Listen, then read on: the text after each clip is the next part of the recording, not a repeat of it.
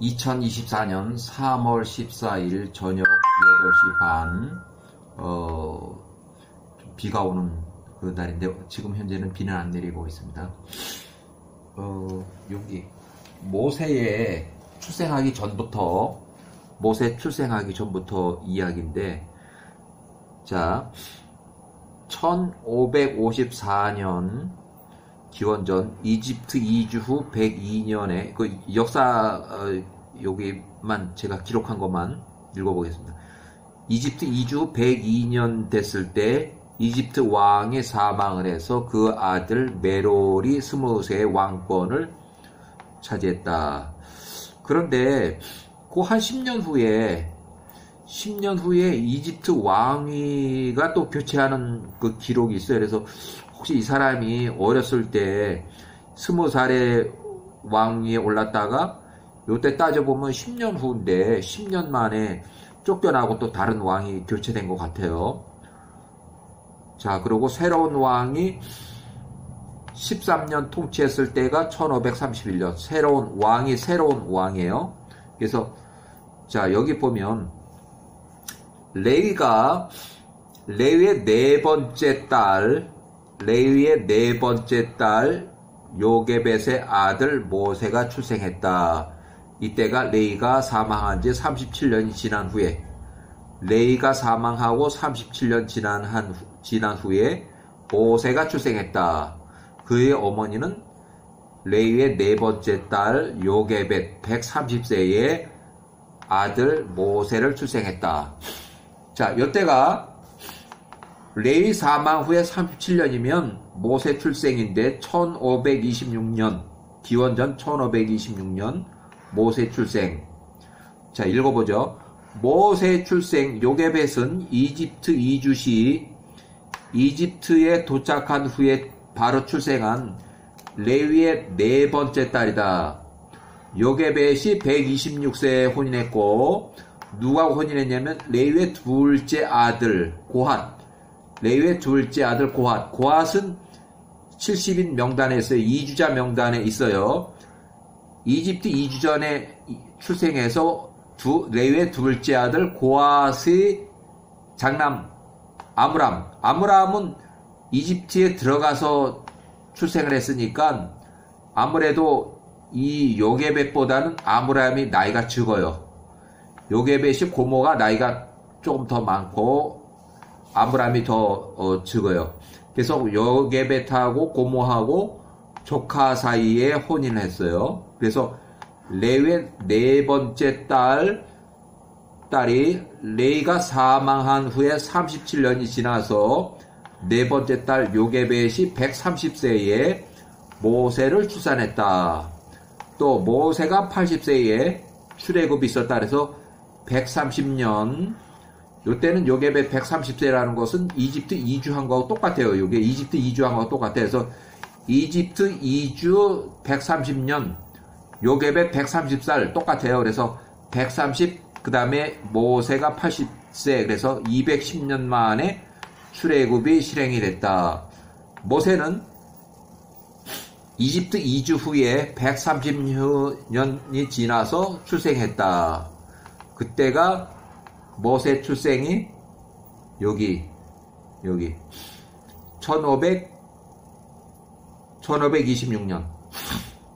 자, 1530년 약 4년 전에 요게벳이 126세에 아므람하고 혼인을 했는데, 그거는 창세기 출애굽기의 6장의 18절. 아므람이 그 아비의 누이 동생 고모 요게벳을 아내로 취하였고, 민수기 26장 59절에 역대상 6의 3에는 그렇게 혼인했다.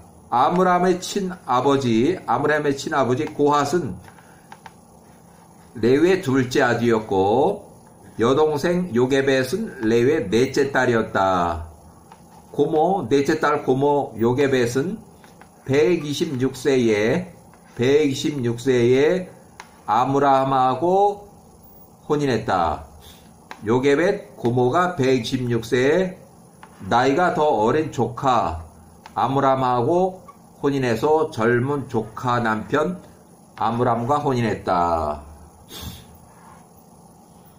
자, 이런 혼인이 과거에 노아 때도 있었는데, 이런 혼인 상황은 홍수 이전에 노아가 혼인할 때에 노아가 498세에 그 혼인 여자가 에녹의 딸 나아마, 에녹의 딸 나아마가 580세 된 노년의 부인과 혼인했어요. 노아가 498세 때. 그래서 혼인하는 여자의 나이가 훨씬 더 많은 82세의 나이 차이가 있었는데, 580세 혼인하고도 혼인 4년 후에 그러니까 노아가 502세 때 나아마가 584세에 둘째 아들 셈을 출생했다. 셈은 이스라엘의 조상이에요. 현재 아시아계의 조상이에요. 이후 노아가 600세 때, 이때가 홍수죠. 600세 때 노아의 처 나아마는 682세에 홍수가 났을 때 아들 3명하고 며느리 3명하고 총 합해서 8명은 방주에 들어가서 홍수의 폐해로부터 생명을 보존해서 살아남았다. 자, 1530년 요게벳이 126세에 미리암을 출생했고, 그러니까 요때는 126세에 혼인했지만 뭐 7개월이면 출산했으니까 혼인하고 나서 7개월, 그러면 1년도 안 되는 기간이에요. 그래서 그 126세, 동일한 126세에 출생했고, 이 당시는 수정 후 7개월이면 출산했으니까 미리암은 이집트 이주 이후 126년에 출생했다. 이집트 이주 이후 126년에 출생했다. 미리암. 그 다음에 1년 후에 아론이 출생했고, 연년생으로 막 출생을 해요. 그 다음에 거기서 다시 3년 후에 모세가 출생했다. 모세. 그러니까 아론하고 모세는 3년 차이. 그 다음에 미리암하고 아론은 1년 차이. 그래서 모세하고 미리암은 4년 차이. 미리암하고 아론은 1년 차이. 아론하고 모세는 3년 차이. 아론하고 모세는 3년 차이에요. 자, 1523년 이제 모세가 3살 때에 이집트 공주의 가슴에서 자라던 양자로 들어간 모세가 왕궁에서 양자 생활을 했는데, 모세가 3살 때에 이집트 왕의 왕관을 벗겨서 자기가 쓰는 사건이 일어났어요. 어떤 잔치에서 왕이 가운데 앉았고 양옆으로 왕비하고 공주가 앉았는데, 왼쪽에 앉은 공주의 무릎팍에 있던 모세가 3살짜리가 오른편에 있는 왕의 왕관을 벗어서 자기가 썼어요. 그래서 그것이 사건이 돼가지고 모세가 재판 후 처형당할 위기에서 야훼와의 수호천사가 재판에 개입해서 모세 생명을 구했다. 모세가 불타는 석탄을 모세가 자기 손에 쥐고, 또 모세 자기 입에 넣어서 모세가 말을 잘 못하는 그런 형태가 됐어요. 이거는 이제 수호천사가 개입이 돼서 그런 거예요. 왜? 모세를 살리려고 했어요. 이렇게 안 했으면 모세가 이때 사망을 했을 거예요. 재판으로. 출애굽 없이 아론이 모세 대변자로 나서는 이유, 모세가 말을 잘 못한다고 하는 건 야훼와께서도 잘 알고 그러기 때문에 형 아론을 대변자로 내세웠다. 자, 1511년 모세가 15살 청년 시절에 이스라엘 동족에게 안식일을 제정해서 6일 동안은 일하고 하루는 쉬라고 하는 안식일을 정해줬다. 자, 모세가 18살에 이집트 사람을 살해했는데, 그 이집트 사람은 이스라엘 부녀자를 겁탈하고 강간하고 납치해서 아내를 뺏으려고 하다가 그거를 안 모세가 그 이집트인을 살해했어요. 겁탈자. 그래서 이것이 들통이 나가지고 이집트 왕의 처벌이 두려워서 모세가 도망갔고, 그때 야훼 천사의 도움으로 이집트 국경 밖으로 피신 도주를 해서 일단 목숨은 살렸다.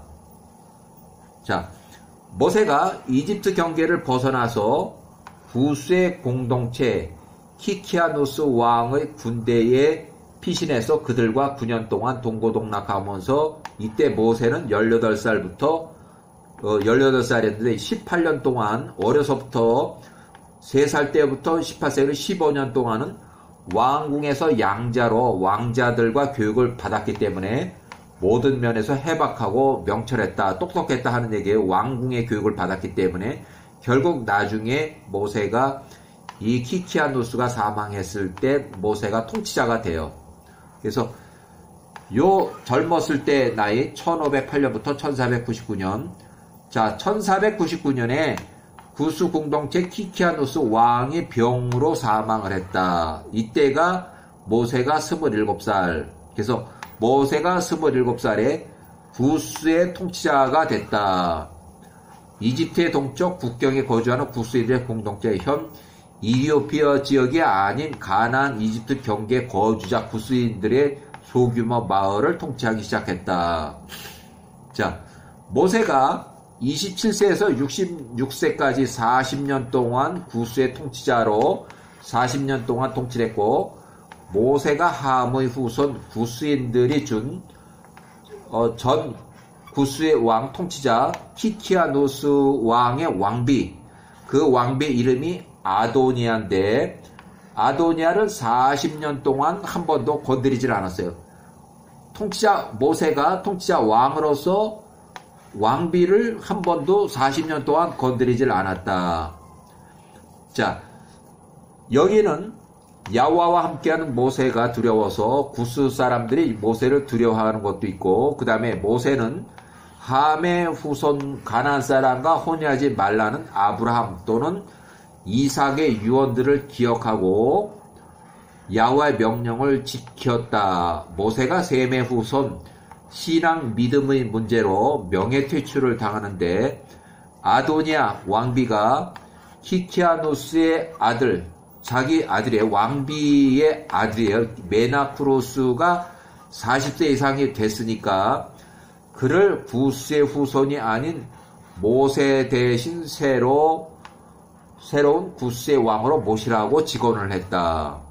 그러니까 지금 아도니아가 40년 동안 모세 왕비로서 이렇게 있었는데도 통치자 왕 모세가 왕비를 한 번도 안아주지도 않고, 뭐 이러다 보니까 40년이 지났을 때 이제 왕비가 이제 뿔따구가 났어요. 그래서 통치자를 모세를 내쫓는 그런 상황이 됐어요.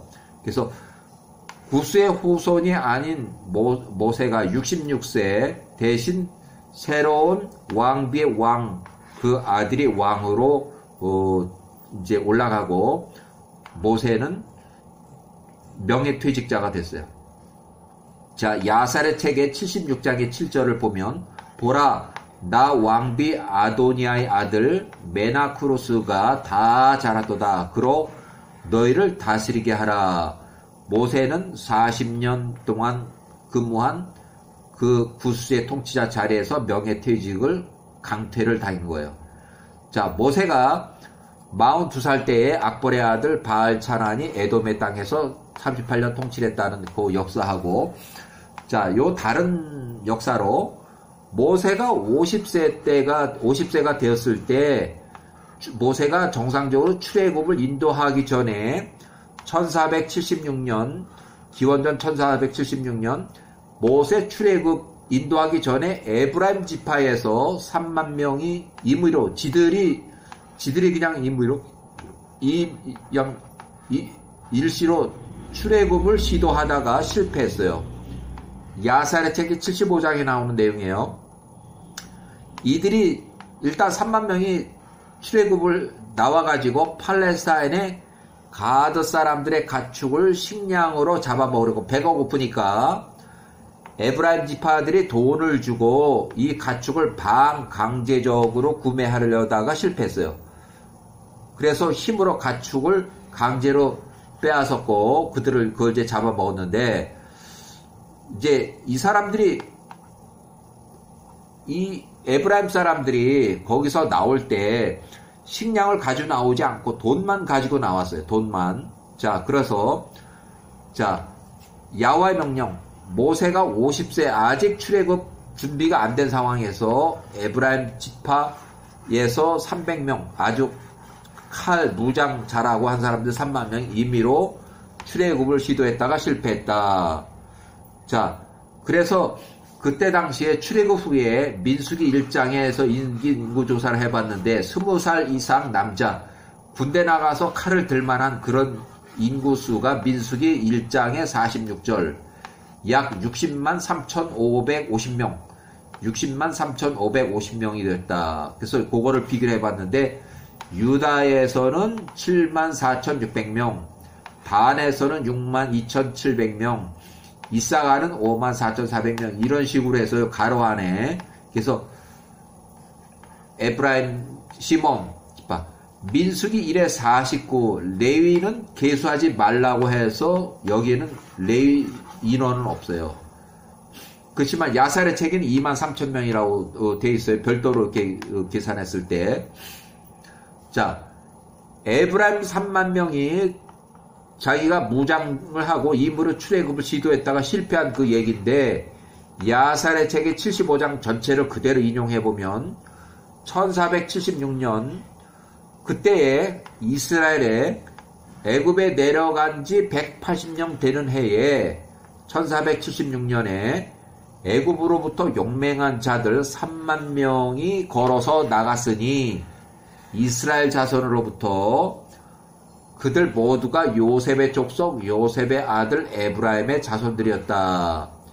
이는 그들이 스스로 말하기를 여호와께서 아브라함에게 말씀하셨던 그 옛적에 이스라엘에게 정하셨던 그 기간이 찼음이라 지들이 얘기를 한 거예요. 이 사람들이 스스로 무장했으니 각 사람이 자신의 칼을 옆에 차고 자신의 무기를 두르고 그들이 힘만 의지하고 그들이 함께 애굽을 떠나서 강한 손으로 나갔다. 그러나 그들이 그 여행에 필요한 식량을 가져오지 않았으니 오직 은과 금만 가지고 왔으며 심지어 그들 손에 그날 당장 먹을 빵도 가지고 오지 않았더라. 이는 그들이 식량을 팔레스타인으로부터 값을 지불하고 얻으려고 그들이 생각했기 때문이었다. 그러니까 이제 돈만 가지고 와서 식량을 사서 먹고 이렇게 하려고 했는데 그게 실패한 거예요. 그 현지 조달할 식으로 식량을 현지 조달을 하려고 했는데 그게 실패한 거예요.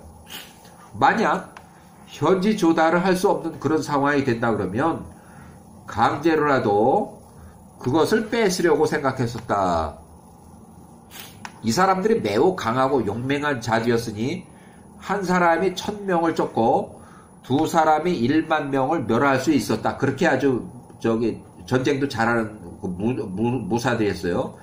그리하여 그들이 그들 힘을 신뢰하고 그렇게 함께 나갔던 것이다. 그들이 가드 땅을 향하여 나아갔을 때 그들이 내려가서 가드의 자손들이 소떼를 먹이고 있는 것을 가드의 목자들을 만났고 그들이 그 목자들에게 말하되 우리가 돈을 줄 테니까 양들 중에서 몇 마리를 우리에게 제공하라, 팔아라 이거예요. 우리가 그것을 먹을 것이다, 잡아먹을 것이다. 우리가 배고 고프다. 우리가 아직 밥을 먹지 못했다. 그런데 이 가대 목자들이 말하되 그것들은 우리의 양과 소다. 너희가 돈을 준다고 해서 우리가 너에게 이 양과 소를 줘야 된다는 법이 있냐 하니 에브라임 자손들이 그들의 힘으로서 강제로 그것을 뺏었다, 강탈했어요. 가대 목자들이 그들 이제 동족들을 향해서 외치니 그 가드 사람들이 붙이는 소리 지르는 게 도움 요청이죠. 멀리서도 들렸다. 이에 가드의 모든 자손들이 그들에게 나아갔다. 결국 이제 전쟁이 나는 거예요. 가대 자손들의 에브라임 자손들을 행한 악을 보고 그들이 돌아가 가대 사람들을 끌어모았다. 그들의 각 사람이 자신의 무기를 두르고 전투를 벌이기 위해서 에브라임 자손에게 나갔다. 이제 전쟁이 시작된 거예요. 그들이 가대 골짜기에서 그들과 싸웠다. 그 전투가 매우 치열하였다. 그날 그들이 서로 많이 쳤다. 서로 많이 죽였다는 얘기예요. 둘째 날 가대 자손들의 팔레스타인의 모든 성읍들의 사람을 또 보내서 또 도움 요청을 말하되 우리에게 나와서 우리를 도우라. 우리가 가드 사람들이 에브라임의 자손들을 치리라. 그들이 애굽으로부터 나와서 우리의 가축을 취하고 빼앗고 까닭없이 우리와 전쟁하고 있도다. 우리를 공격하고 있도다 이거예요. 에브라임의 자손들은 굶주림과 목마름으로 지쳤다니까 먹을 게 없으니까 이제 굶주리는 거죠. 그래서 그들은 3일 동안 빵을 먹지 못했기 때문에 이제 또 팔레스타인 가드 사람들이 4만 명하고 전쟁을 이제 이렇게 했는데 뭐 결국은 이 3만 명이 밥도 못 먹고 그러면 이제 멸망하는 거죠. 결국은 10명을 빼고는 한 사람도 남겨지지 않고 다 이제 죽었다는 거예요. 그 전쟁으로. 그러고 가드 사람들은 약 한 2만 명이 죽었고, 그래서 그들의 형제들이, 가드 사람들, 그들의 형제들이 그 죽은 자들을 옮기고 그들 가드 사람들의 성읍에 그들을 묻었다. 그렇지만 에브라임 자손의 시체가 가드 골짜기에 여러 날 여러 해 동안 그냥 방치된 채로 버려진 채로 남겨졌다. 그 시체들이 묻히지 못했으니 그 골짜기가 사람의 뼈들로 가득했다. 그 전투로부터 피신한 사람들이 애굽에 이르러 그들에게 임한 모든 일을 이스라엘의 모든 자들에게 고했다. 그들의 아비 에브라임이 여러 날 동안 슬퍼했다. 그 형제들이 그를 위로하고자 나아갔다. 그가 그의 아내에게 들어갔으니 그가 아들을 낳았다. 그가 그 이름을 부리아라고 불렀다. 이는 그녀가 그 집에서 불운하였기 때문이었다. 이제 이하 생략. 그래서 1460년도에 모세가 66세에 구스 공동체에서 명예퇴직을 당하고 이집트 파라오 왕이 아직 생존해 있어서 그 처벌을 받을까봐 두려워서 이집트로 돌아가지 못하고 함의 후손 미디안 땅으로 갔다. 미디안 사람 루엘의 7달을 도와주었다. 그래서 모세가 66세에서 76세까지 함의 후손 미디안 사람 루엘 집에서 모세를 보호차 감옥 생활 10년 동안 모세를 자기 그 루엘의 집에 이제 못 나가게. 왜냐면 모세가 돌아다니면 잘못하면 이집트 왕이 잡아가지고 또 죽으면 안 되고, 또 모세가 또 여기서 40년 동안 통치자로 하다가 도망온 줄 알고 혹시 그 사람들이 또 찾아오면 어떨까, 죽이면 어떨까, 그래서 그게 두려워서 모세를 보호하기 위해서 10년 동안 루엘의 집에 가둬놨다. 그래서 이때에 모세가 욥기를 기록한 것으로 있는데, 야훼와의 천사들 사탄이 참석한 야훼와의 회의 상황이 같은 문학적 구성으로 되어 있기 때문에 야살의 책에도 그렇게 나오지만 욥기에도 그 내용이 똑같은 내용이 나온다. 그래서 모세가 욥기를 기록하지 않았나, 또 야살의 책도 모세가 기록했다, 이렇게 하니까.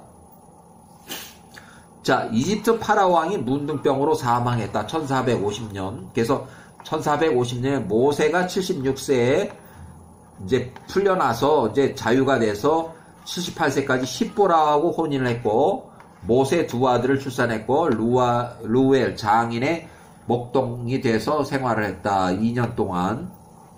자, 그리고 78세에 모세가 소명을 받았는데 이집트에 가서 출애굽을 하기 위한 그런 소명을 받았다. 그래서 이집트로 가는 여행 중에 피의 남편이라는 소리를 들었는데 아내 십보라가 장례를 할례하고 피남편, 그래서 할례 때문에 장남 할례 때문에 피난편이라는 소리를 들었어요.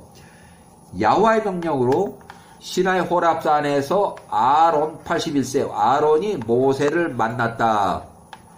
모세 형 아론이 이 모세와 같이 온 사람들 십보라하고 두 아들을 봤을 때 저 사람들은 누구냐 하니까 미디안 여자하고 두 아들 어린 아들이 있어서 지금 우리가 아주 엄청난 큰 일을 할 건데 일단은 이 여자는 돌려보내라서 미디안 장인의 집 친정집으로 다시 돌려보냈다.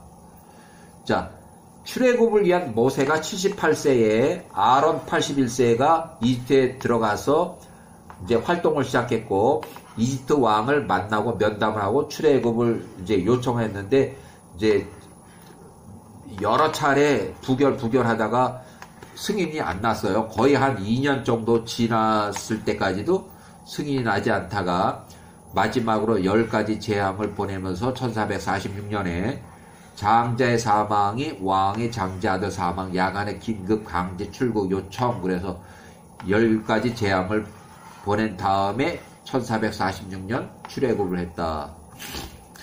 출애굽 당시에 모세가 80세, 아론이 83세, 미리암이 84세. 출애굽 후 40년이 지났을 때 아론이 123세로 사망했고 미리암이 124세로 사망했다. 이때 모세가 120세로 사망했다. 거의 같은 시기에 사망해요. 맨 먼저 죽은 사람이 미리암, 아론, 그 다음에 모세. 거의 같은 횟수예요. 자, 여호수아서 24장의 32절에 1380년 여호수아가 108세에 여호수아가 110세까지 살았는데 죽기 2년 전에 여호수아가 108세에 세겜의 북쪽 에발산 아래에 요셉의 뼈를 이장해 묻었다.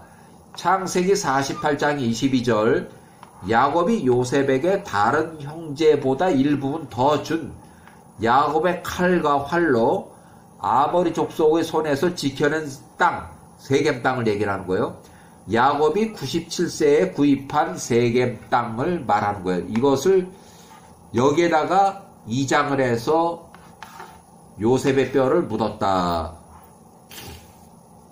1380년 출애굽 1440년 이 당시에 3월 말에 당시 모세가 요셉의 시신을 미라 상태로 되어 있는 것을 시신을 가져와서 1380년 여호수아 시대에 여호수아서 24장 32절 세겜의 북쪽 에발산 아래 경사면에 이장했다. 요셉의 뼈를 거기다 물었다는 거예요. 그래서 요셉의 후손의 유산으로 현재까지 요셉의 무덤으로 알려져 있다. 창세기 34장에 나오는 내용이에요. 자, 눈의 아들 여호수아가 사망했고 110세로 1378년 딥나스세라의 에브라임 산에 매장이 됐다. 이스라엘을 28년 동안 통치했다.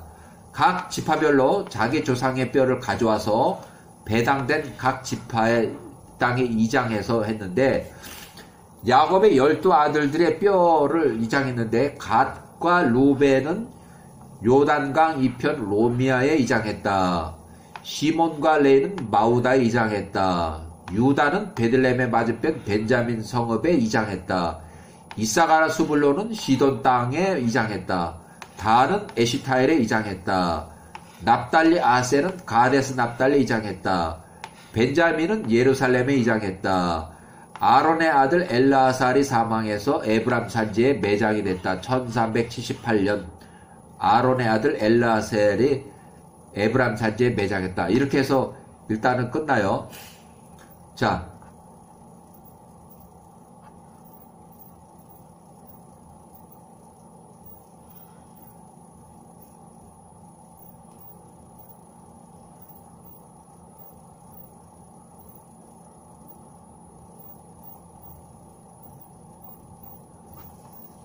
자, 여기까지